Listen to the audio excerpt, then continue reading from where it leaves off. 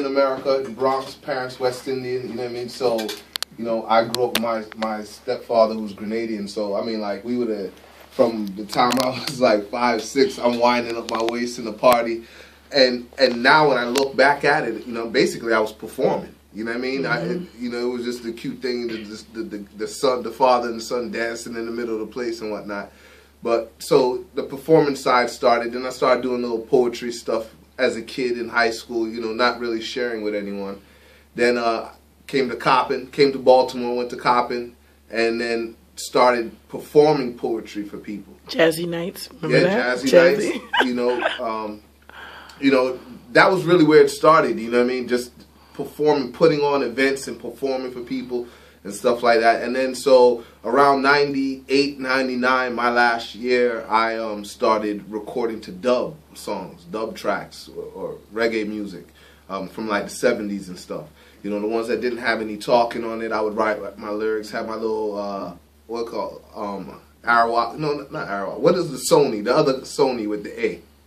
Whatever the little record thing was, and I recorded my thing on the little CDs, and then graduated from Coppin, was doing my own thing. Then Rudy, who was a part of at that time it weren't even called Brownfish yet.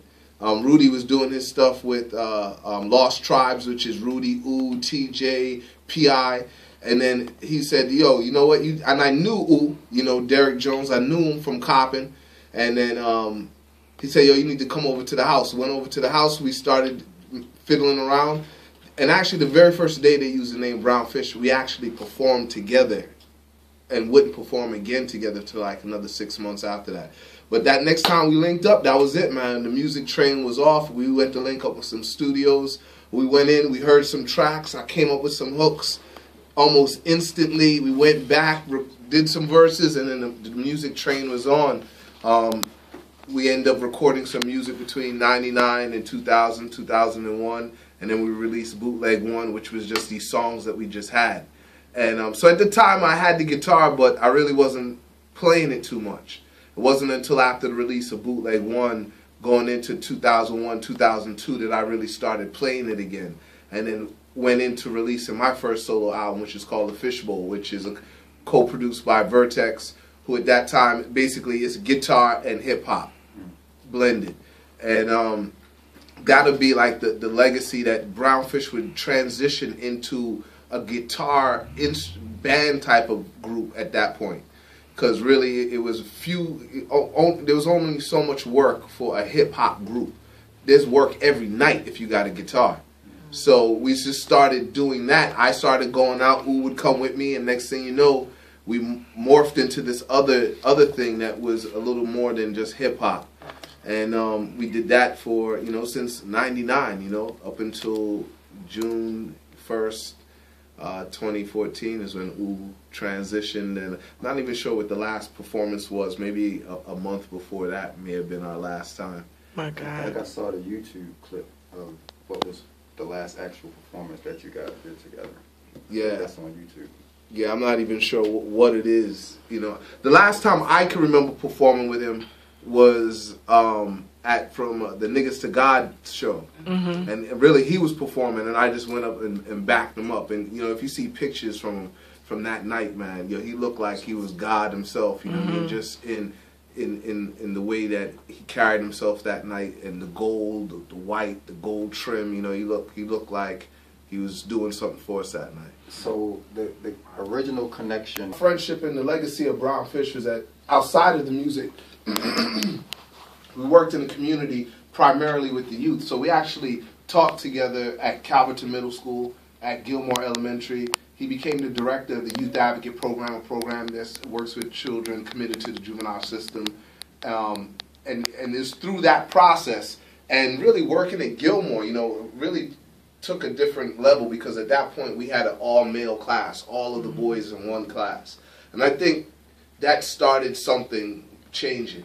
And so as the director of the Youth Advocate Program, he realized that, look, I can be a mentor and I can support these kids, but at the end of the day, they're selling drugs not because of a lack of morality or lack of anything except for economics. So let me create this program called Save a Dope Boy. and through this program, we're going to be able to help to bridge that gap. And really, so what it was is, or what it is a work readiness program, and it's kind of changing through him passing. Tiffany Welsh, who's a co-founder, now that the gap portion of it is not there, is venturing off into other territories now. But initially started off as a work readiness program. Employers who wanted to hire these kids who no longer wanted to do whatever they were doing, they would hire them. Who would pay for it? Save a Dope Boy would pay for it through the sales of the CDs, the hat, and the T-shirts for 6 months, with the idea that the second 6 months the employers would hire the youth, or they would acquire skills that would allow them to get a job elsewhere. Yeah. So that's what Save a Dope Boy is, you know what I mean? And I think what's different from that and a lot of programs is that is the first time that I can recall that there's a song that's that dope. Right. That is with a movement. We often have, back in the 70s, there was a movement, there was music. You know what I mean? So now you have people who have movements, and kind of like, people think they take music seriously, but they don't. Right. So Save a Dope Boy, that whole mission is a movement with music. So without the music, there really wouldn't be a movement as much as there is. You know what I mean? Right. So that's what's special about that whole program. You know what I mean? If you just think about the NAACP, man, listen, or whomever, whatever, any of these organizations, you get a dope song, and that's going to tear down doors that you wouldn't have to fight for.